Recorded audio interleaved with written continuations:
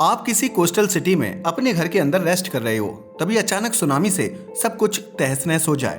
कुछ पल पहले जहां बड़ा सा शहर, मार्केट, चलते फिरते लोग नजर आ रहे थे, वह समुद्र में मिल जाए तो क्या होगा? यकीन मानिए कि नजारा बेहद भयानक होगा। अब आप सोच रहे होंगे कि आखिर हम किस फिल्म की बात कर रहे हैं। वेल, यह किसी साइंस फिक्शन मूवी की कहानी नहीं, बल्कि हकीकत है जो कभी भी हो सकती है। दरअसल कुछ ऐसे थ्रेट्स हैं जो ह्यूमन लाइफ और धरती दोनों को हमेशा के लिए खत्म कर सकते हैं। क्या है ये नेचुरल थ्रेट्स, जानेंगे, मगर उसके लिए आपको हमारी वीडियो को एंड तक देखना होगा। चलिए डिटेल में जानते हैं। आज हम बात करने वाले हैं धरती पर 4 ऐसे नेचुरल डिजास्टर की जो अभी आने बाकी हैं। ये दुनिया को तबाह करने की पूरी ताकत रखते हैं। साइंटिस्ट तक इसे देखकर शॉक्ड एंड ट्रबल्ड में है। पता है क्यों? वेल, ऐसा इसलिए क्योंकि उनके अकॉर्डिंग इन नेचुरल डिजास्टर का आना कन्फर्म है। हालांकि ये आएंगे कब यह कोई नहीं कह सकता। तो चलो सबसे पहले बात करते हैं डूम्सडे ग्लेशियर की। डूम्सडे ग्लेशियर की बात की जाए तो इसका असली नाम थ्वेट्स ग्लेशियर है, मगर जब आप इसकी हकीकत जानेंगे तो खुद ही समझ जाएंगे कि इसे डूम्सडे ग्लेशियर आखिर क्यों कहा जाता है। वैसे यह सच किसी से छुपा नहीं है कि दिन ब दिन समुद्र का लेवल बढ़ता जा रहा है, जो इंसानों के लिए आए दिन प्रॉब्लम्स क्रिएट कर रहा है।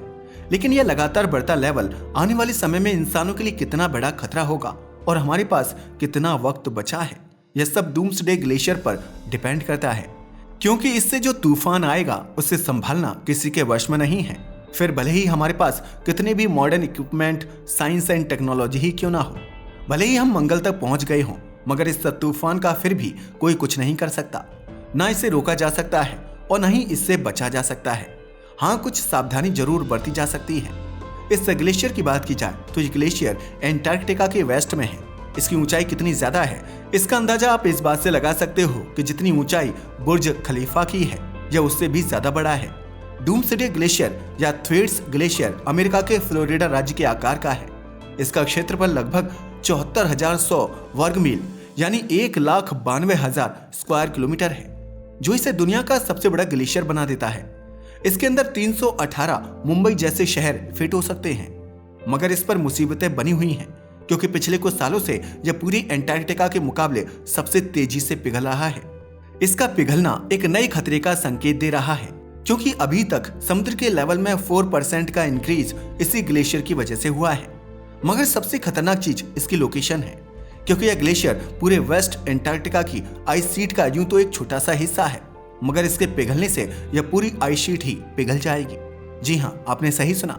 इस ग्लेशियर को इसलिए इतना खतरनाक माना जाता है क्योंकि इसके पिघलने से पूरी शीट के पिघलने का खतरा जुड़ा हुआ है, जिसकी वजह से आने वाले साल में समुद्र का लेवल 3 मीटर या 10 फीट तक बढ़ सकता है। क्योंकि यह glacier West Antarctica ice sheet के ठीक बीच में है। यही वजह है कि एक्सपर्ट्स का कहना है कि इस ग्लेशियर का बचा रहना बेहद जरूरी है, क्योंकि वेस्ट एंटार्कटिका की आइस शीट इसी ग्लेशियर पर टिकी हुई है और अगर इस ग्लेशियर को पिघलने से नहीं रोका गया तो यह पूरे वेस्ट एंटार्कटिका को तबाह कर देगा, जिसकी वजह से समुद्र के तटों पर मौजूद शहर रातों रात धराशायी हो जाएंगे। और समुद्र के तट पर कितने शहर बसे हुए हैं ये तो आप जानते ही हैं। वैसे ही भारत का मुंबई, अमेरिका का न्यूयॉर्क, जकार्ता, बैंकॉक और ढाका जैसे शहर शामिल हैं जो सबसे पहले इसका शिकार बनेंगे। अगर एंटार्कटिका की आइस शीट की बात की जाए तो ये भी काफी गहरी है, क्योंकि एंटार्कटिका में सदियों से बर्फ पड़ रही है, जिसने इस शीट को बीच से मोटा कर दिया है। बीच से मोटा होने की वजह से इसके किनारे बाहर की तरफ निकल रहे हैं और ये ग्लेशियर लगातार एंटार्कटिक ओशन की तरफ बढ़ रहा है। मगर ग्लोबल वार्मिंग की वजह से सब कुछ तबाह होता जा रहा है। दरअसल ग्लोबल वार्मिंग पानी और हवा दोनों को ही गर्म कर रही है, जिसकी वजह से इस शीट के दोनों तरफ के ग्लेशियर लगातार मेल्ट होते जा रहे हैं। लेकिन आप जानकर हैरान रह जाएंगे कि इनके पिघलने की गति अलग अलग है। दरअसल ऐसा इसलिए क्योंकि ईस्ट एंटार्कटिका में जमीन का लेवल ओशन से ऊपर है, इसी वजह से यहाँ पानी ग्लेशियर तक नहीं पहुंच पाता और यहाँ पर बर्फ धीरे धीरे पिघलती है। लेकिन वहीं दूसरी तरफ अगर बात की जाए वेस्ट एंटार्कटिका की तो इसकी लोकेशन अलग है।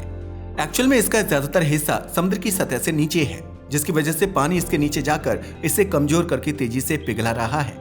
यही वजह है कि वेस्ट एंटार्कटिका को क्लाइमेट चेंज की वजह से दुनिया का सबसे कमजोर बर्फ का हिस्सा माना जाता है। अगर बात की जाए डूम्सडे ग्लेशियर की तो फिलहाल ये पानी के ऊपर लटक रहा है और समुद्र का पानी लगातार इसके नीचे जा रहा है। समुद्र के पानी ने इसे अंदर से खोखला कर दिया है। हर गुजरते साल यह खोखला होता जा रहा है। इसके टुकड़े टूटकर ओशन में मिक्स हो जाते हैं जिससे ओशन का लेवल बढ़ता ही जा रहा है और यह बढ़ा हुआ लेवल अंदर जाकर इसे और भी खोखला कर रहा है। 1992 से लेकर अभी तक ओशन का पानी इसे 14 किलोमीटर अंदर तक खोखला कर चुका है और अगर इसी स्पीड से यह प्रोसेस चलता रहा तो जल्दी यह पूरा ग्लेशियर टूटकर एंटार्कटिक ओशन में मिल जाएगा और यह कितनी तबाही लाएगा इसका अंदाजा लगाना भी मुश्किल है। अगर इस ग्लेशियर की बात की जाए तो यह पिछले 30 साल में पहले ही समुद्र का लेवल 4% बढ़ा चुका है। अगर यह पूरा पिघल गया तो सभी समुद्रों का लेवल काफी हद तक बढ़ा देगा क्योंकि समुद्र की कोई बाउंड्री नहीं होती। इसका असर केवल एंटार्कटिक ओशन पर नहीं बल्कि दुनिया के सभी समुद्रों पर पड़ेगा। वैज्ञानिकों का कहना है कि डूम्सडे ग्लेशियर में पहले ही एक बहुत बड़ा क्रैक हो चुका है जिससे रोकना अब किसी के बस की बात नहीं है। मगर सवाल यह नहीं है कि यह ग्लेशियर टूटेगा या नहीं, बल्कि सवाल यह है कि यह कब टूटेगा क्योंकि यह बहुत बड़ी तबाही लेकर आएगा। चलो अब बात करते हैं वेस्ट एंटार्कटिका की आइस शीट की। अगर डूम्सडे ग्लेशियर टूट गया तो इस बात में कोई शक नहीं है कि इसके होने से एंटार्कटिक आइस शीट में भी मेल्टिंग का प्रोसेस स्टार्ट हो जाएगा जो ओशन के लेवल को 1 से लेकर 3 मीटर तक बढ़ा देगा। ऐसा होने पर ओशन के किनारे बसे शहरों को खाली करना पड़ेगा।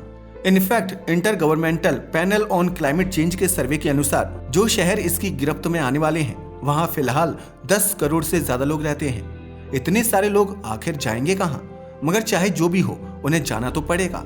ये बात भी पूरी तरह सच है कि जब वे नए इलाकों में जाएंगे तो पूरी दुनिया का इकोनॉमिक बैलेंस बिगड़ जाएगा।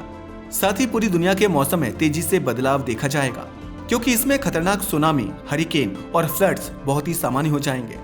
चलो अब बढ़ते हैं अगले थ्रेट की तरफ जिसका नाम है येलोस्टोन सुपर वोल्केनो। वैसे अगर येलोस्टोन सुपर वोल्केनो की बात की जाए तो यह अमेरिका के व्योमिंग स्टेट में येलोस्टोन नेशनल पार्क के अंदर है। यह एक एक्टिव वोल्केनिक सिस्टम है जो दुनिया के सबसे बड़े खतरनाक सुपर वोल्केनो में से एक है। येलोस्टोन की बात की जाए तो दिखने में यह एक छोटा सा पहाड़ लगता है, मगर इसे आप छोटा सा पहाड़ समझने की गलती मत कीजिएगा क्योंकि यह केवल एक पहाड़ नहीं बल्कि एक बम है जो कभी भी फट सकता है। दरअसल यह एक सुपर वोल्केनो है जिसके अंदर बहुत ज्यादा मात्रा में मैग्मा भरा हुआ है। अगर यह वोल्केनो फट गया तो इससे भयंकर तबाही मचेगी। अब आप सोच रहे होंगे कि आए दिन कोई ना कोई वोल्केनो तो फटता ही रहता है, लगभग हर देश में वोल्केनो देखने को मिलते हैं। तो फिर अमेरिका के इस वोल्केनो के फटने में ऐसी क्या खास बात है? यह वोल्केनो दुनिया के बाकी वोल्केनो की तरह नहीं है क्योंकि अगर यह फट जाए तो इसका असर केवल अमेरिका तक ही देखने को नहीं मिलेगा बल्कि पूरी दुनिया को तबाही का सामना करना पड़ेगा। जी हाँ, आपने सही सुना। एक्चुअल में येलोस्टोन एक बहुत बड़े कॉल्डेरा के अंदर है जो लगभग 80 किलोमीटर लंबा और 65 किलोमीटर चौड़ा है। इसका मतलब यह है कि यह एक बड़े से पठार की तरह है जो पुरानी वोल्केनिक इरप्शन के बाद बना था, तभी तो इसे इतना खतरनाक माना जा रहा है। इनफैक्ट एक्सपर्ट्स का तो यहाँ तक कहना है कि यह सुपर वोल्केनो हर 6 से 7 लाख साल में एक बार फटता है। दरअसल येलोस्टोन ज्वालामुखी का आखिरी बड़ा विस्फोट करीब 6,40,000 साल पहले हुआ था। हालांकि पिछले 2.1 मिलियन साल में येलोस्टोन में कई छोटे और बड़े विस्फोट हो चुके हैं। इससे पहले 13 लाख साल पहले बड़ा एक्सप्लोजन हुआ था। इसके पास्ट रिकॉर्ड को देखते हुए एक्सपर्ट्स इतने डरे हुए हैं। मगर अब सवाल यह है कि आखिर ये ज्वालामुखी फटेगा कब? ये वोल्केनो जब भी फटेगा उससे इतनी भयानक तबाही मचेगी कि आप अपने बुरे से बुरे सपने में भी नहीं सो सकते। हालांकि यह फटेगा कब इसकी कोई स्पेसिफिक डेट अभी हमारे पास नहीं है। ऐसा इसलिए क्योंकि वोल्केनिक इरप्शंस का पूर्वानुमान नहीं लगाया जा सकता। लेकिन चाहे जो भी हो, हर साल हम इस विस्फोट के करीब जा रहे हैं क्योंकि जैसा कि हमने आपको बताया येलोस्टोन ज्वालामुखी में आखिरी बड़ा विस्फोट 6,40,000 साल पहले हुआ था। इसमें विस्फोटों के बीच एवरेज इंटरवल करीब 7,25,000 साल रहा है। हालांकि इसमें हर कुछ साल बाद विस्फोट होते हैं, मगर ये भयानक नहीं होते बल्कि हाइड्रोथर्मल विस्फोट या लावा प्रवाह होते हैं। हाइड्रोथर्मल विस्फोट की बात करें तो ये छोटे होते हैं, मगर इसके बावजूद येलोस्टोन नेशनल पार्क में इन विस्फोटों से कुछ मीटर चौड़ा गड्ढा बन जाता है। तो सोचो, जब छोटे विस्फोट इतने खतरनाक हैं तो जब बड़ा विस्फोट होगा तो क्या होगा? वैसे यूनाइटेड स्टेट्स जियोलॉजिकल सर्वे के मुताबिक येलोस्टोन के फिर से फटने की संभावना हर साल करीब 0.00014% है। येलोस्टोन सुपर वोल्केनो अपने हजारों किलोमीटर के रेडियस में किसी भी शहर को एक झटके में तबाह करने की ताकत रखता है। और केवल इतना ही नहीं, धमाके की वजह से हवा में वोल्केनिक ऐश और सल्फर डाइऑक्साइड जैसी गैसें फैल जाएंगी जिसकी वजह से पूरी दुनिया का क्लाइमेट बदल जाएगा। आसमान में बादल बन जाएंगे और यह बादल इतने ज्यादा घने होंगे कि अगले कई साल तक सूरज की रोशनी जमीन पर नहीं पहुंच सकेगी, जिसकी वजह से धरती का टेम्परेचर गिर जाएगा या एक ऐसा फिनोमिना बन जाएगा जो दुनिया को तबाही की तरफ ले जाएगा। इस फिनोमिना को कहा जाता है वॉल्केनिक विंटर, यानी कि जब सूरज ही नहीं निकलेगा तब दुनिया में सर्दी ही रहेगी। तो हुआ ना ये वॉल्केनिक विंटर। इस फिनोमिना की वजह से फसलें उगनी बंद हो जाएंगी और दुनिया भर में खाने पीने की कमी हो जाएगी, और जो लोग बच भी गए तो उन्हें बीमारियां घेर लेंगी। एटमॉस्फेयर में सल्फर डाइऑक्साइड होगी, जिससे बारिश पानी की नहीं बल्कि तेजाब की होगी। तो अब आप सोच ही सकते हो कि यह मंजर कितना भयानक होगा। यहाँ जिंदा रहने वाले लोग भी मरने की दुआ मांगेंगे, क्योंकि जब खाना नहीं होगा और तेजाब की बारिश होगी तो भला इंसान बचेगा कैसे। कुछ रिपोर्ट्स का तो यहाँ तक कहना है कि अगर येलोस्टोन आज ही फट जाए तो दुनिया की कम से कम 70% पॉपुलेशन एक झटके में खत्म हो जाएगी। अब बढ़ते हैं धरती पर अगले थ्रेट की तरफ, जिसका नाम है कॉम्ब्रे विएगा वॉल्केनो। अगर इस वॉल्केनो की बात की जाए तो यह अफ्रीका के नॉर्थ वेस्ट कोस्ट से 700 मील दूर स्पेन के एक आइलैंड पर है, जिसका नाम है कनेरी। कनेरी आइलैंड में ही ला पाल्मा नाम का एक छोटा आइलैंड है जो 40 लाख साल पहले कॉम्ब्रे विएगा वॉल्केनो की वजह से अस्तित्व में आया था। मगर समस्या ये है कि यह वॉल्केनो आज भी एक्टिव है और दुनिया के लिए एक बहुत बड़ा खतरा बन सकता है। पिछले 60 साल के दौरान यहाँ वॉल्केनिक इरप्शन ने इस आइलैंड में एक फॉल्ट लाइन बना दी थी। यह क्रैक इतना बड़ा है कि इसे आप गूगल अर्थ पर भी देख सकते हैं। इस दरार की बात की जाए तो यह समुद्र से 6000 फीट ऊपर है। साइंटिस्ट्स का कहना है कि अगर एक बड़ा ज्वालामुखी विस्फोट हुआ तो लावा निकलने से नुकसान होगा, वो तो अलग बात है, मगर आइलैंड का एक बड़ा हिस्सा तक समुद्र में खिसक सकता है। वैसे अगर इस फॉल्ट लाइन की बात की जाए तो बहुत सारे जियोलॉजिस्ट्स ने इस पर स्टडी की है। स्टडी के बाद जियोलॉजिस्ट्स का कहना है कि अगर यह फॉल्ट लाइन पूरी तरह क्रैक कर जाए तो लगभग 500 अरब टन वजन का पत्थर 250 किलोमीटर प्रति घंटे की स्पीड से स्लाइड करते हुए समुद्र में गिर सकता है। अब यह नजारा कितना भयानक होगा आप सोच भी नहीं सकते। दरअसल इसके गिरने की वजह से लगभग 1 किलोमीटर तक समुद्र का पानी उछल कर गिरेगा, जिससे सुनामी का एक ऐसा सिलसिला शुरू होगा जो दुनिया के कोने कोने तक अपना असर दिखाएगा। तभी तो एक्सपर्ट्स ने इसे मेगा सुनामी का नाम दिया है। यकीन मानिए यह लहरें समुद्र की हर डायरेक्शन में 4000 मील तक ट्रेवल करेंगी, जिसमें यूरोप, अमेरिका और अफ्रीका बुरी तरह प्रभावित होंगे। यही नहीं, 100 फीट से भी ज्यादा बड़ी लहरें समुद्र को तो छोड़िए कोस्टल सिटीज में भी अंदर तक पहुंच जाएंगी। ला पाल्मा का वॉल्केनो एक टाइम बम की तरह है जो कभी भी फट सकता है, और इसका असर सिर्फ कनेरी आइलैंड तक ही नहीं रहेगा बल्कि पूरी दुनिया इसकी गिरफ्त में आ जाएगी। माना जाता है कि इससे वेस्ट साइड ज्यादा प्रभावित होगी, क्योंकि इस स्लाइड का झुकाव वेस्ट की तरफ है। इससे अमेरिका का ईस्ट कोस्ट, जहां मियामी और ऑरलैंडो हैं, वहां पर इसका सबसे ज्यादा असर देखने को मिलेगा। अगर टाइम रहते शहरों को खाली नहीं किया गया तो मेगा सुनामी लाखों जान ले सकती है। लेकिन देखना यह दिलचस्प होगा कि इंसान कब तक अपनी जान बचाए रख सकता है। अब आते हैं अगले थ्रेट की तरफ, जो है परमाफ्रॉस्ट। परमाफ्रॉस्ट की बात की जाए तो यह जमीन का वह हिस्सा होता है जिसका टेम्परेचर साल के 12 महीने 0 डिग्री सेल्सियस से भी कम रहता है।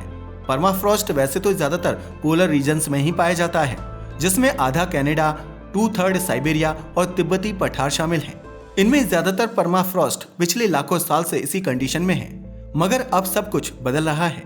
वैसे अगर परमाफ्रॉस्ट को देखें तो ये कई लेयर में डिवाइडेड होती हैं। इसकी लेयर के ऊपर एक एक्टिव लेयर होती है जो सर्दियों में जम जाती है मगर गर्मियों में वापस पिघल जाती है, और इसी लेयर के नीचे होती है परमाफ्रॉस्ट की लेयर जो पूरे साल 0 डिग्री सेल्सियस से कम रहती है, जिसकी वजह से परमाफ्रॉस्ट एक डीप फ्रीजर की तरह काम करता है, जिसकी वजह से करोड़ साल से पेड़ पौधे, जानवर और माइक्रो ऑर्गेनिज्म इस परमाफ्रॉस्ट में फ्रीज होकर रिजर्व रहते हैं, क्योंकि इनका डिकम्पोजिशन का प्रोसेस कभी शुरू ही नहीं होता। तभी तो एंटार्क्टिका में आए दिन अलग अलग जीवों के अवशेष मिलते रहते हैं। मगर ग्लोबल वार्मिंग की वजह से हर साल परमाफ्रॉस्ट की एक्टिव लेयर ज्यादा गहरी होती जा रही है, और हजारों साल पुराने जानवर जैसे अपनी मौत के वक्त थे उसी हालत में यहाँ से बाहर निकल रहे हैं। इनफैक्ट जब परमाफ्रॉस्ट पिघलता है तो उसमें मौजूद ऑर्गेनिक मैटर गलने लगते हैं, क्योंकि उन्हें बैक्टीरिया खाने लगते हैं और मीथेन गैस रिलीज होती है। एक्चुअल में एक्सपर्ट्स का मानना है कि आज दुनिया में जितना पॉल्यूशन है, परमाफ्रॉस्ट में उससे 4 गुना ज्यादा कार्बन फंसा हुआ है। मगर जैसे जैसे परमाफ्रॉस्ट पिघलेगा यह कार्बन भी बाहर आएगी।